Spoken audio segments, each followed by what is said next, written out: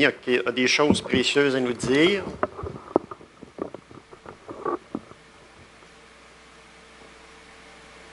Un événement majeur dans sa vie.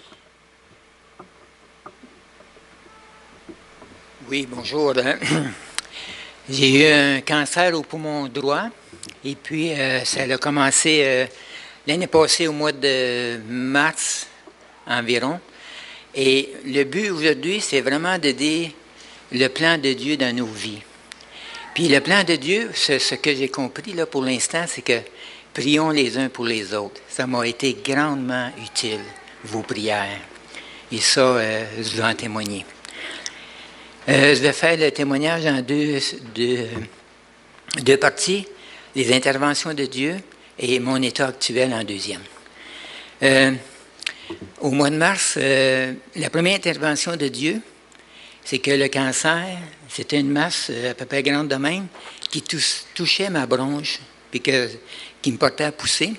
Alors les collègues de travail en face, ils disaient hey, « on est tanné que tu tousses, mais va consulter, bon. » Et là, Dieu a fait ça, que ça touche, et on a pu détecter le cancer. Sinon, ça aurait passé tout droit, puis il y aurait eu ça a été plus grave. Ça, c'est la première intervention. La deuxième intervention, c'est lorsque j'étais à l'hôpital, j'ai fait une pneumonie avant de savoir que j'avais un cancer. Et on m'a dit, sur le lit d'hôpital, que j'avais un cancer qui n'était pas opérable et que j'avais seulement 30%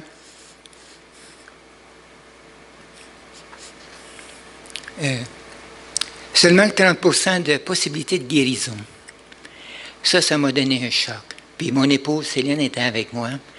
Puis je me souviens quand la docteure spécialiste, elle a dit ça, c'est comme si le monde venait de s'arrêter. Pouf! Puis là, j'ai regardé Céline.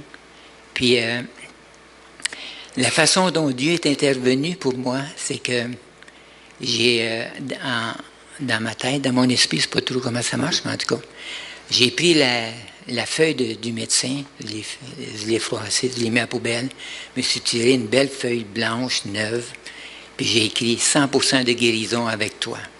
Puis là, je suis reparti. Et puis, c'est ça. Une autre intervention que Dieu a faite, c'est que là, à ce moment-là, il y avait des rendez-vous, puis il fallait que ça aille vite parce que c'était un cancer agressif. Alors, Dieu a permis qu'il y ait 3 ou 4 annulations pour des tests importants, puis mon nom était en premier, puis se passait. Ça aussi, ils étaient contents de ça. Ça a été plus vite que prévu. Donc, en juin, j'apprends que j'ai un cancer agressif. En juillet, je commence les traitements en chimiothérapie. Et aussi en juillet, je commence les traitements en même temps de radiothérapie. Ça a pour effet que mon corps il devient fatigué. C'est très dur sur le corps.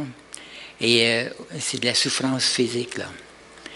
Et puis, avec la souffrance physique, à un moment donné, on perd de vue plein d'affaires.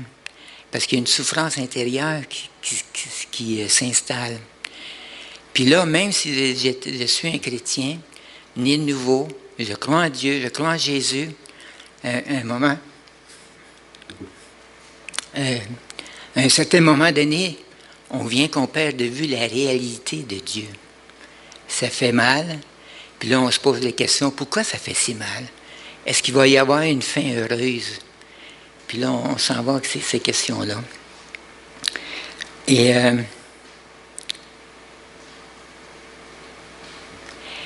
un soir, j'avais eu le deuxième traitement de chimio, puis ça faisait mal.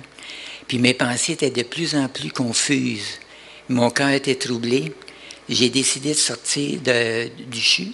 Puis c'est grand, le CHU, c'est d'un bout à l'autre, ici, là, facile. Puis en marchant, je voyais Dieu loin, comme loin dans le cosmos. Il était plus intérieurement dans ma compréhension. J'avais perdu cette réalité-là. Et puis aussi, je pouvais pas... Je me sentais tout seul parce que j'étais loin de ma famille, loin de vous aussi. C'était étonnant que j'avais associé ça. Et en marchant, à un moment donné, j'ai pu m'arrêter comme sec. Puis là, j'ai crié dans mon cœur.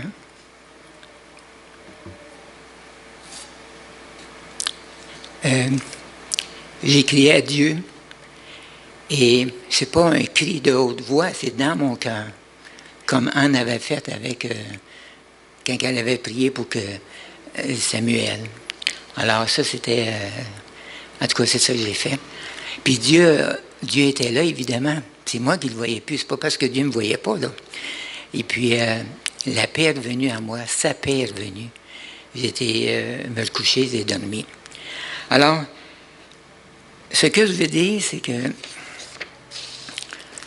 un des plus grands ministères que j'ai compris dans l'Église de Dieu, de Jésus, c'est la prière les uns pour les autres. Ça, maintenant, j'ai compris ça. Et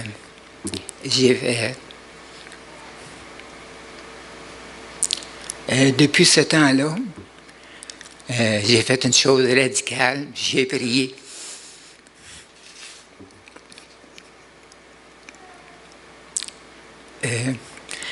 Je sais qu'il y a beaucoup de souffrance dans l'Église. Si vous voyez des frères ou des sœurs qui n'ont pas de sourire, un dimanche, ça va, mais 2-3 dimanches de fil, là, c'est trop, je pense. Maintenant, là, c'est ce que je comprends. Et on peut prier Dieu. On a vu un matin que Dieu était grand. Moi, j'en témoigne. Et il a enlevé mes inquiétudes. Ça, c'est un péché, mais il l'a enlevé. Alors, ça ne veut pas dire que c'est jamais inquiet, mais je sais comment faire pour revenir tout de suite, là. Et puis, on peut demander à Dieu, dans le nom de Jésus, que ceux qui n'ont pas de sourire, que Dieu vienne à leur secours pour qu'ils aient un sourire, qu'ils retrouvent la joie du Seigneur. Alors,